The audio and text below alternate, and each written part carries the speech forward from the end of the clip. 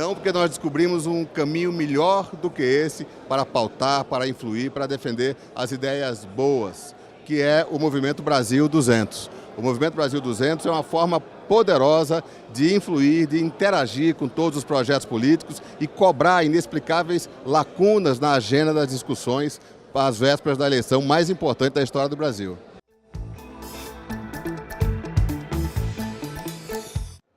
O Movimento Brasil 200 anos é o movimento dos 98% da população silenciosa, que paga a conta, que sua a camisa, que gera riqueza, que paga os impostos e que está completamente fora, subjugada pela dominação de uma aristocracia burocrática que se apropriou do Estado, essa aristocracia de menos de 2% da população, mas faz o Estado inchar, se distanciar do seu propósito de servir e volta esse Estado, que hoje já é praticamente 50% do esforço de produção brasileiro, se aí incluirmos o déficit, voltado para atender os seus privilégios.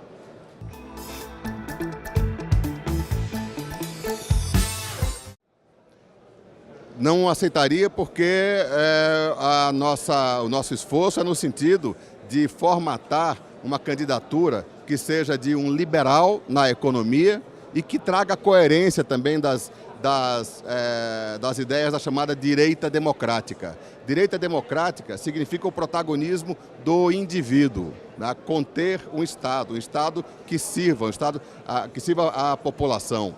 E nós não temos ainda este perfil. Um candidato incrível num país com 35 partidos, com a diversidade de projetos políticos que nós temos, não surgiu ainda o que vai atender esse expresso clamor da população, que é um candidato que una as ideias da direita democrática na economia e nos costumes.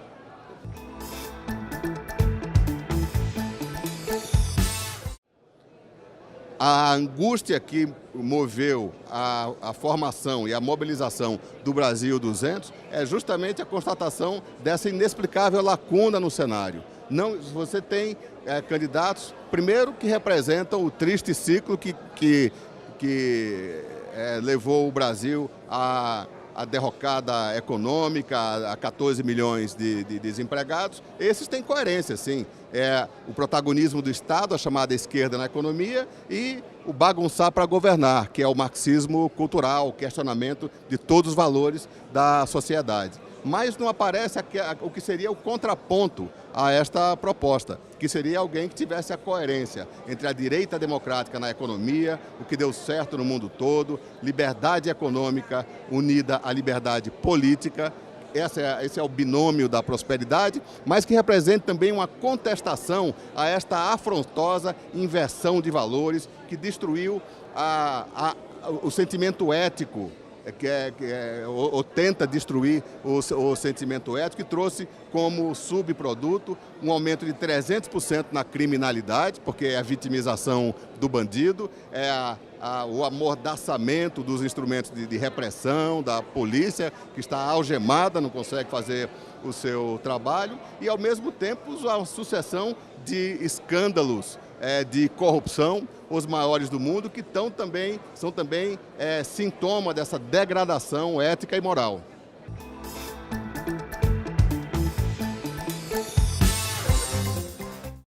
Reacionário é uma palavra que absolutamente não se encaixa ao que eu pretendo ser. Nós somos conservadores nos costumes. Nós nos indignamos quando vemos intencionalmente essa estratégia sórdida de dominação cantada por vários autores de esquerda que corrigiram Marx dizendo: não, a revolução socialista não virá pela luta armada, nem virá pela revolução espontânea com o trabalhador se revoltando contra o seu empregador. Nada mais longe da verdade. Hoje, os esquerdistas atuais acreditam que para instalar uma sociedade que eles consideram a sociedade ideal, apesar de ter dado errado no mundo todo, passa por fazer uma faxina dos valores judaicos cristãos. judaico-cristãos, dos bases, dos alicerces da nossa sociedade. E isso é uma estratégia sórdida da dominação, porque passa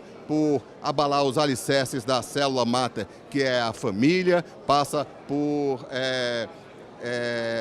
destruir a capacidade de ação da polícia, reverter todos os valores, vendendo mitos como, por exemplo, que todo empresário é bandido. Você liga, isso é uma lavagem cerebral que existe na mídia, que tem uma lógica doutrinária por trás. O empresário é sempre o bandido da novela, a polícia é sempre corrupta, o traficante é o poço de virtude, é o caridoso. Isso faz parte de uma estratégia sórdida de dominação que nós temos que conter, porque nós não somos isso.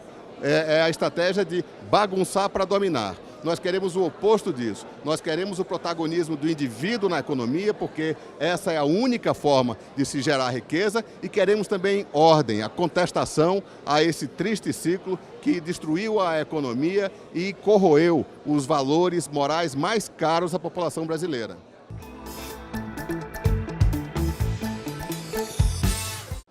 Sem sombra de dúvida. Na boa companhia de 90% da população, principalmente os mais pobres. Quem não defende são os intelectuais que moram em condomínios fechados, andam em carros blindados e, não por questões ideológicas, tem essa coisa romântica da vitimização do bandido. Assim como o socialismo quer socializar o trabalho e o esforço de produção, querem também socializar a culpa. Quando socializa a culpa, ninguém tem culpa. Então, esse é o fator que está por trás do crescimento explosivo da criminalidade. Claro que a intervenção não seria desejada na situação de normalidade, mas tantos foram os erros acumulados, intencionalmente, de manietar a polícia para que o banditismo crescesse, é o chamado lumpenproletariado, como a esquerda já desistiu de ter os trabalhadores como aliados, porque está provado que quando o capitalismo avança, os primeiros que ganham são os trabalhadores, porque aumenta a demanda por mão de obra, os salários crescem, melhora a qualidade de vida. Eles partiram para cultivar bolsões de miséria. Eles não são a favor dos pobres, eles são a favor da pobreza, são a favor das cracolândias, dos MTSTs, dos MSTs, das Farc. Esse é o lumpenproletariado. E é nisso que eles investem. Eles querem manter a miséria para dominar.